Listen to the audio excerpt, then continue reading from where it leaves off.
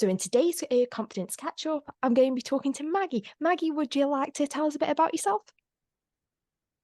Yeah, hi, Amy. Yeah, so Maggie Hollinshead, I'm a textile artist. I've been working in the creative industries for about 30 years now, and love it, absolutely love it. I was a secretary PA before, and it wasn't until I met my husband now that he said, no, no, you need to do what you choose to do, not sort of the career that your parents thought was the one for you, that would be good to come back to, you know. So yeah, I went off as a mature student. I did my sitting guilds in contemporary embroidery, and then I went to Open University College of the Arts and did a textile course there. So that's how I really got into making art a career. So a lot of my work is mixed media and textiles, run workshops, do some guest tutoring, work in the NHS 1 day a week, which is where we met up. Oh yeah. And yeah, do all sorts of creative things. Yeah, love it. It's really interesting considering, so like when you talk about the beginnings of your journey, it wasn't in like the creative industry, which is really interesting. Like, how did you find that? Is art always been something that you wanted to get into, but you had to start in other jobs first to get where you want to be? But when I was younger, I mean, as long as I can remember, when I was a little, 6, 7 years old, I was always creating things. And interestingly, material and stitch always came into that, Oh, but the right. art too. And I was so lucky. I was talking actually to a friend about this yesterday. So lucky that my grandparents on my dad's side is very close to them. They both lived into the 90s. I saw them nearly every week, so I knew them really well. And I can remember spending time. My grandfather painted as a hobby, and my nan was a very skilled needlewoman. And I can remember going and staying with them one summer, and I did some sewing with my nan. But I can particularly remember going into the garden and collecting poppy heads, taking the little star-shaped bit off the dried poppy head and collecting leaves and things, then going into what was a kind of lean-to veranda.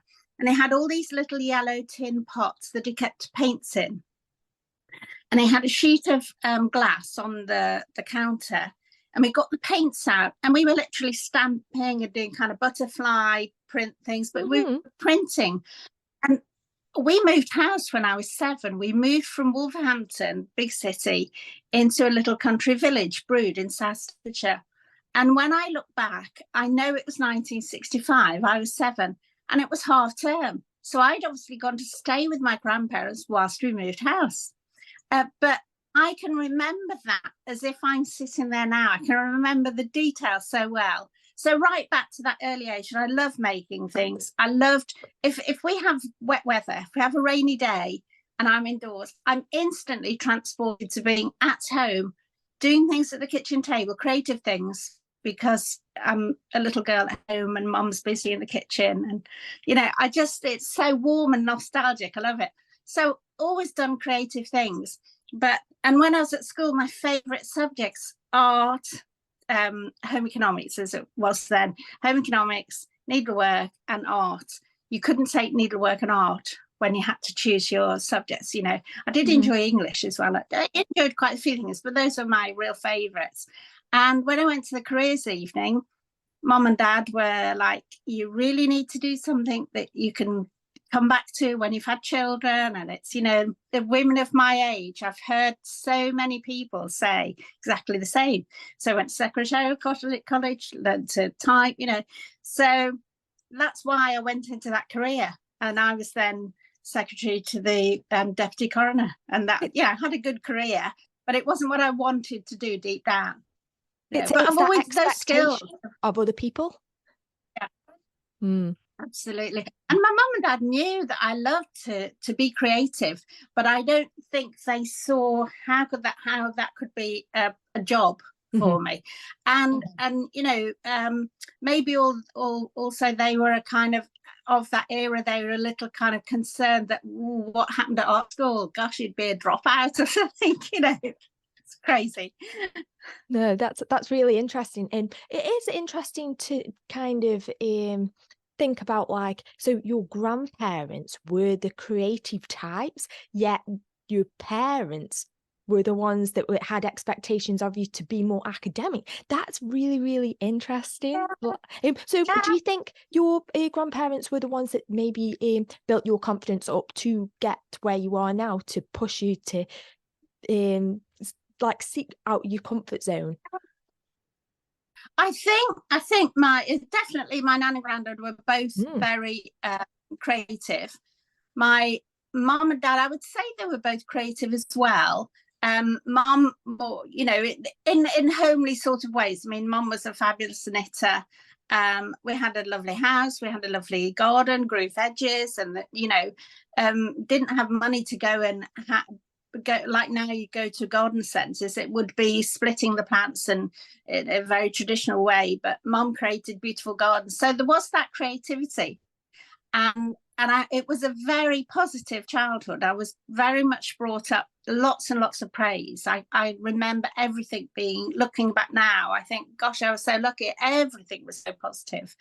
But I think it was just that what they saw as success was actually having what they perceived as a good job. Yeah. And they were always very, our Margie, she's got this really good secretarial job. She's a PA. So I think it was just their understanding, and maybe they wouldn't have seen how I could possibly be earn a living from art. I think things are different now. People would, and actually, as I changed course, they were both very supportive then.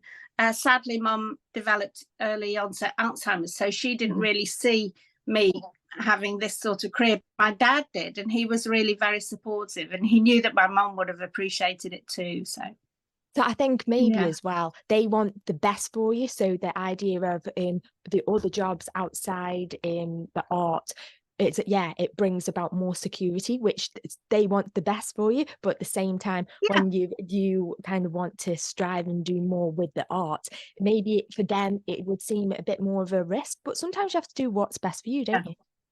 Yeah, absolutely. It's interesting because both of my children, they're grown up and got their own families now, but both of my children are very creative. And my has particularly taken a career that's creative. My son uses his creativity more in his hobbies, other things that he enjoys doing.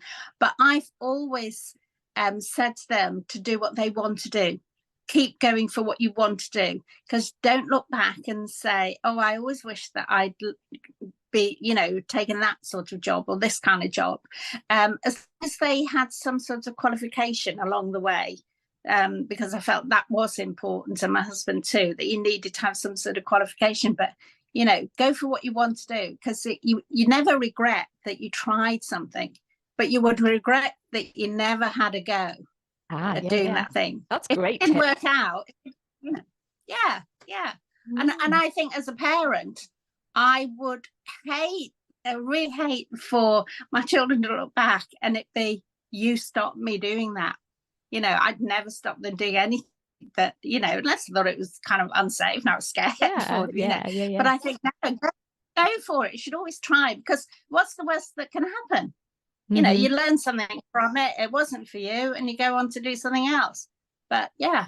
That's cool. So in terms of like your family then, they sound like they're very supportive of what you do. Well, it's definitely grandparents and parents. Mm. My husband's very, very supportive of me. He's always, and anything he can do to support me in the background so that I can do what I want to do. He's really good. The children, so they're all cheerleaders as well. My daughter's very creative, and we're all online, so we're all supporting one another. Really, it isn't just them supporting me. It's a two-way kind of thing. Definitely. But then I've got creative friends and creative community online, and then friends, like some people online you also see in person, some of them you don't. You might already have known them, and it's a way to communicate. Some people you've never ever met and might never meet, you know. But then also friends who I do meet with, who may or may not be online, but they're very supportive of sorts of things I do. I'm lucky to have surrounding me lots of positive people. I'm a really positive person. I always kind of say I'm glass overflowing, but I've been brought up that way, and I was lucky that, you know, my childhood was very positive.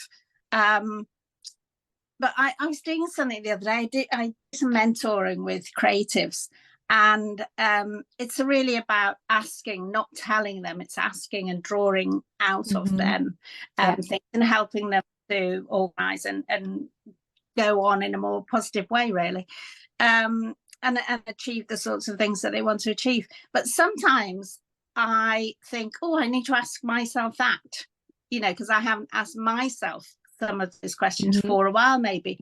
And one of them that was interesting, I might have shared this with you the other week, I can't remember, but it was saying, who are the 5 people you see most? Are they positive or negative?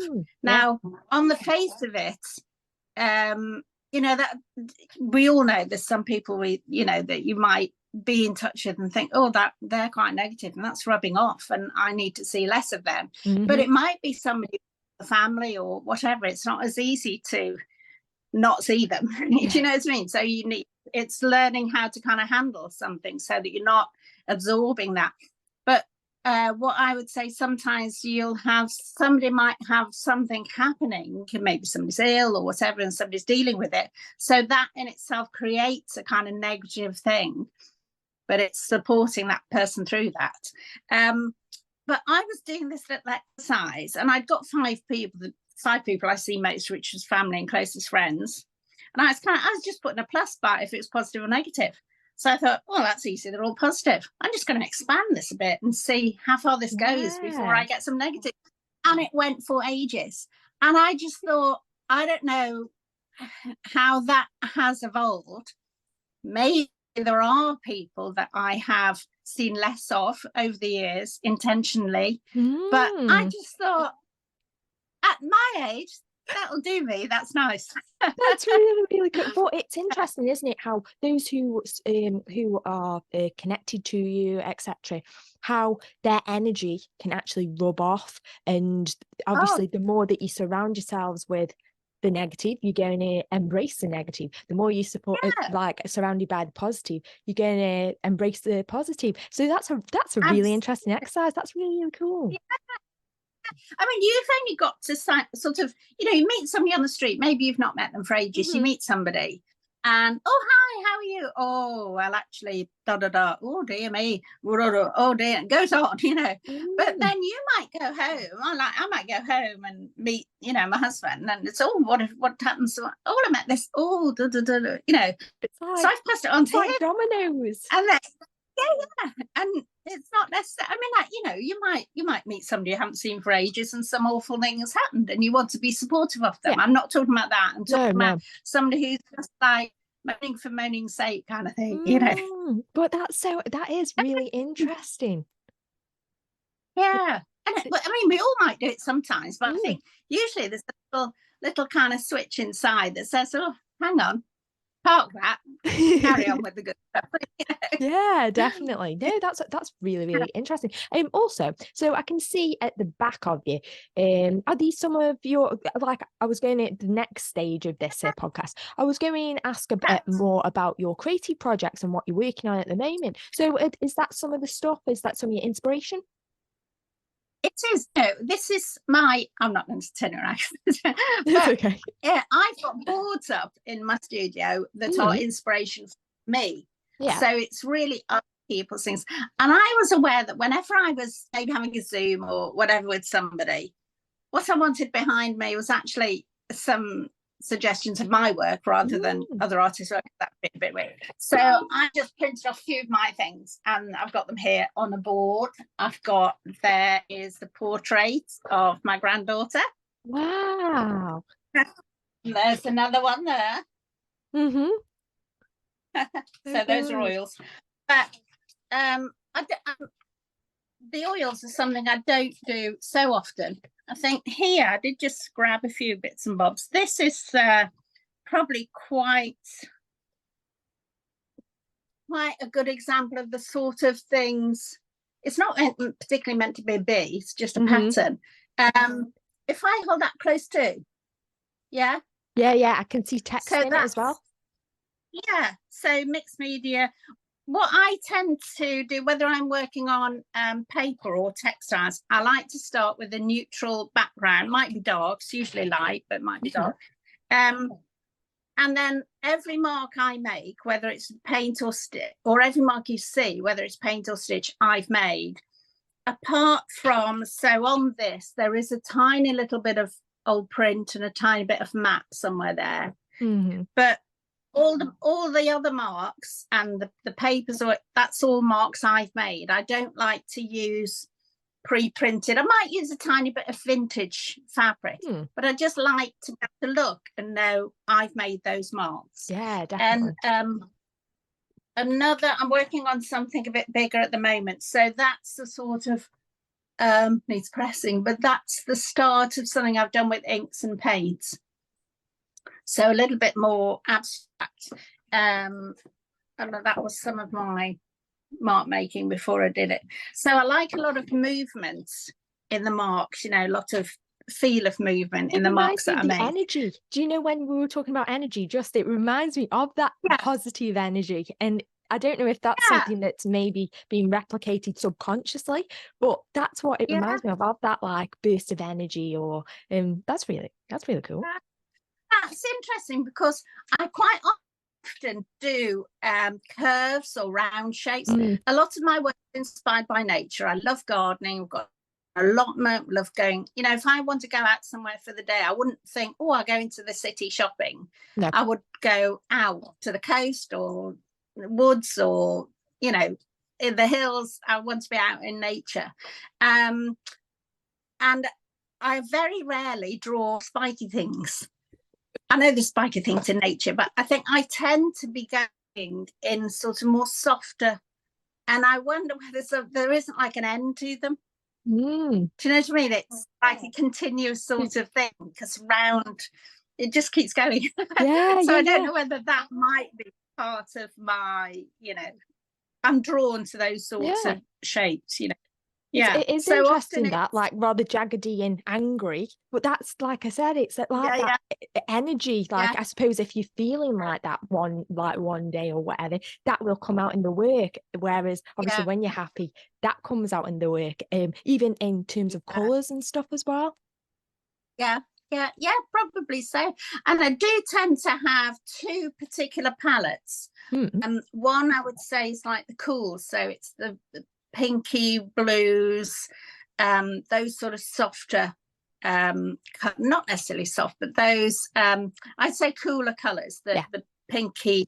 And then there's the warm colors, which are the oranges and the turquoise. So if you think, like, if you added something, you'd add a warm color to create those orangey side palettes, or you'd be adding a different blue, or more of a sort of a cooler red. You know what I mean by a cooler red? There's a red that's got a red that's got a bit of orange background.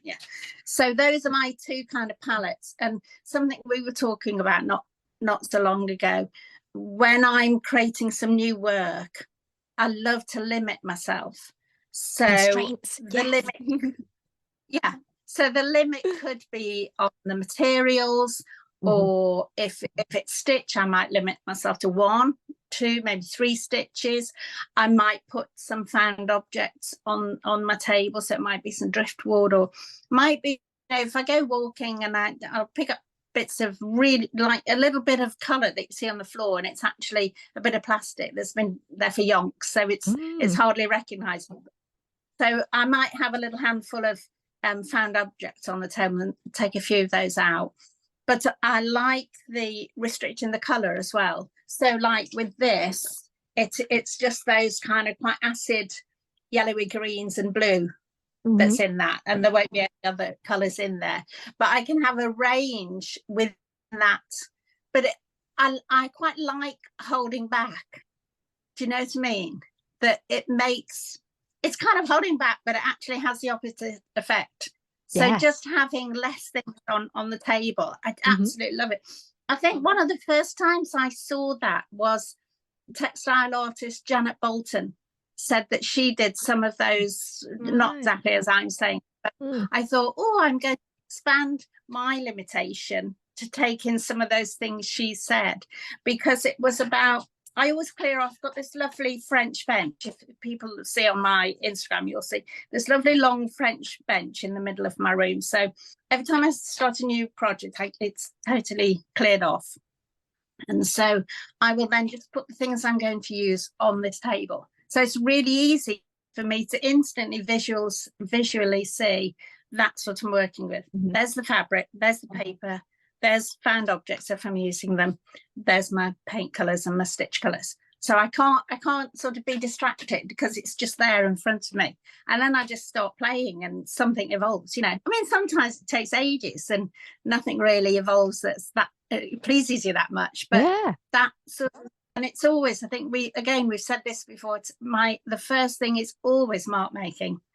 I love it. Always mark, like just huge pieces of paper, or I love that stuff you get from Amazon in every parcel now, you know. cardboard, paper, brown paper. Yeah.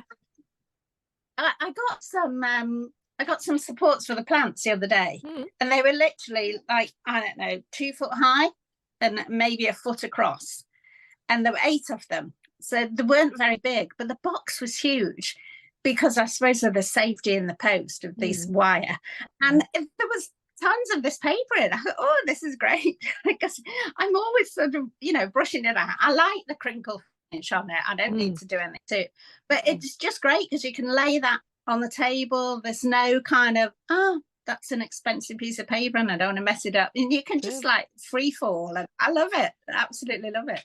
Yeah, I love that. But yeah, like this conversation, because you know it's been great over the last few weeks with Arts of Health and stuff, been getting to know you, and obviously when I've come off the train and we have a little hot chocolate chats and stuff like that. I'm always like really inspired by what you've got to say. So it's been really inspiring to have you on and having a chat with you. But yeah, in terms of like the last little bit, do you have any words of wisdom or any words of encouragement that perhaps might help inspire others that are listening today? Oh gosh, I love our meetups as well, and it's lovely because on one we're kind of on a very similar level. I feel in our, you know, where we are with our art. Yes. But you're taking it one way, I'm taking it in another. But the sharing, I've really enjoyed that too. Mutual respect, I think there. That's nice. But I think if there was one piece of advice to anybody at whatever stage they are in their creativity, whether it's a hobby, they're just doing it for fun, or they're hoping it will be a career, I think just to keep doing it every day. Have your little sketchbook or a pile of pieces of paper and, you know, a nice fine pen or a pencil. Just have them handy on the kitchen table, a little box or a bag, or have them in the car somewhere with you, so that every day you create something. So at whatever level you're at, I mean, I do that all the time. So every day there's something. It might be a little doodle, it might be an hour, it might be a day in the studio. But I think if you're just starting, the one thing you need to do every day is draw something. You know, I think that's probably my best. It's consistency, isn't it? Yeah. Because if you wanted to learn to play the piano or whatever, every day you need to do something towards it. So that's the sort of very least thing you can do is to keep practicing. Yeah, brilliant. No, it's been absolutely a pleasure like talking to you today, Maggie, and it's been much appreciated, and hopefully this will be inspiring to all those listening out there today. Thank you. Thank you, Amy. Thank you.